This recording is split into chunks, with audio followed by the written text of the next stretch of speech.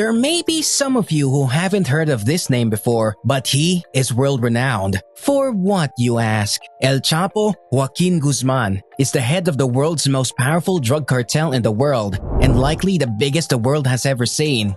Not surprisingly, this man has kept his life very hidden until recently, and so, in this video, we are going to share the untold story of this infamous man. Keep watching to find out. The beginnings. El Chapo was born in a small town in Mexico called Badiraguato. There is conflict on what day he was born. The date that is commonly believed is April 4th, 1957, but some other sources believe it to be December 25th, 1954. There is a possibility that some people believe El Chapo to have the same birthday as Jesus for a reason. Keep watching to find out why later in the video. Unfortunately, El Chapo was subject to an abusive childhood, as well as his father being in a drug cartel himself. Being kicked out of his home as a teenager without any school, it was only natural for him to walk the path that was easiest for him to get into. That's the path of the drug cartel. Entry into drug trafficking. With El Chapo's young start in the drug cartel, he proved to be extremely loyal and rose in ranks rather quickly. By 1970, he was already overseeing a large cartel in his homeland of Sinaloa. This area held special importance because it was neighboring the Gulf of California.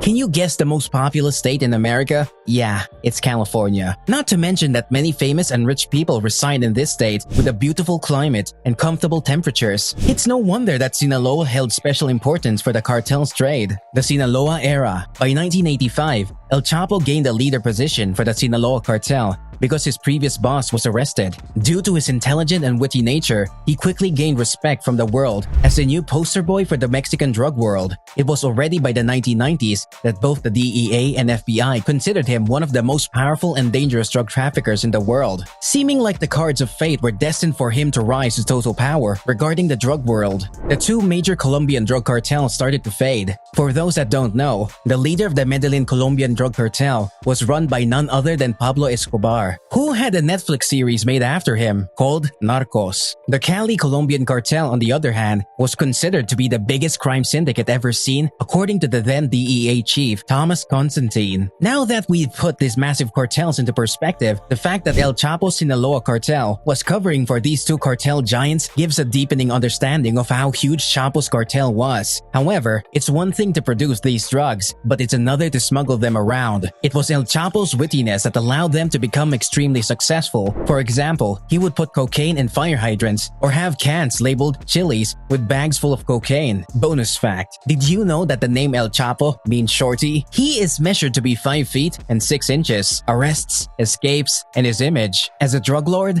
there are little to no chances to escape arrest at least once. However, if you're El Chapo, then you have plenty of ways to escape incarceration. His first arrest was in 1993, where he was sentenced to 20 years imprisonment. Because he was such a strong foothold in Mexico, he was able to get what he wanted through bribes. Essentially, he was running his cartel while he was in prison. Interestingly enough, people from neighboring towns from Sinaloa considered El Chapo to be a Robin Hood-like figure. It's possible that people might have thought he was born on Christmas because he was seen as a savior, just like Jesus. By 2001, he was able to bribe the security guards and even the warden to free him from prison. This led to having 71 employees and the warden arrested. Are you enjoying the video so far? Why not like the video and subscribe to the channel? Don't forget to ring the notification bell for all the latest updates. By 2009, he was listed as the 701st richest person by Forbes magazine. He had a net worth of $1 billion.